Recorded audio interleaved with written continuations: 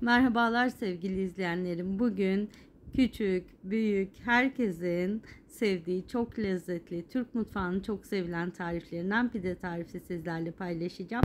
Haydi bu lezzetli tarifin yapım aşamalarına birlikte geçelim. Tarifimiz için bir yoğurma kabımıza ilk önce 1,5 su bardağı ılık süt ilave ediyoruz. 300 mililitre, 2 yemek kaşığı şeker, 1 yemek kaşığı dolusu kuru maya, 1,5 yemek kaşığı zeytinyağı ilave ediyorum. Bir çırpıcım ile sıvı malzemelerimi şöyle bir karıştırıyorum. Bir araya gelip özleşmelerini istiyorum. Daha sonra artık kuru maddelerimizi katıyoruz. Tarifimizin 500 gram unumuz var. 500 gram unumuzun tamamını tarifimize ilave etmiyoruz. Bir kısmını ayırıyoruz.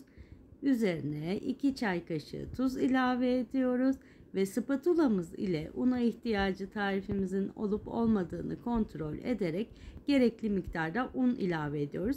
Ben 500 gram unun tamamını kullandım. Hamurumu artık yavaş yavaş yoğuruyorum. Şöyle kenarlardaki unları da alarak.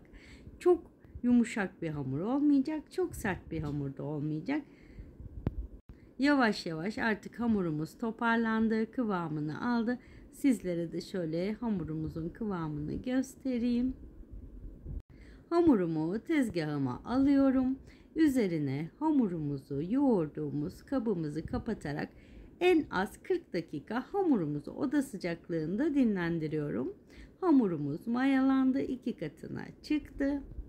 Şimdi tekrar tezgahıma alarak hamurumu dışarıdan içeriye doğru katlayarak tekrar gazını çıkartıyorum. İçerisinde biriken şöyle artık hamuruma son şeklini veriyorum. Ortaya doğru topluyorum ve hamurumuz artık işlem görmeye hazır. Bir kaşığım yardımıyla tezgahımı unluyorum.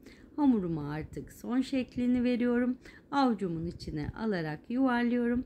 Yaklaşık bir mandalina büyüklüğünde, orta boy bir mandalina büyüklüğünde hamur olarak hamurumuzu şimdi bir merdanemiz veya oklavamız yardımıyla açacağız.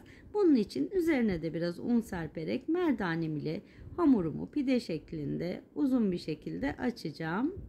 Şöyle yavaş yavaş, evet, bir tanesi hazır.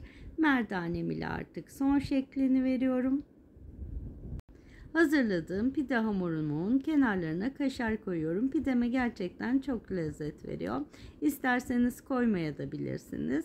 Bu şekilde tüm kenarlarına kaşar koyduktan sonra videoda gördüğünüz şekilde pidemin kenarlarını kapatıyorum.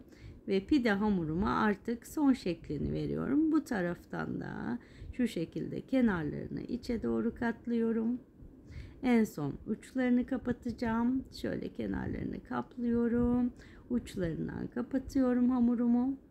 Kaşarlarım biraz fazla olduğu için birazcık beni uğraştırdı. Şimdi kenarlarından birazcık bastırarak ortasını açıyorum.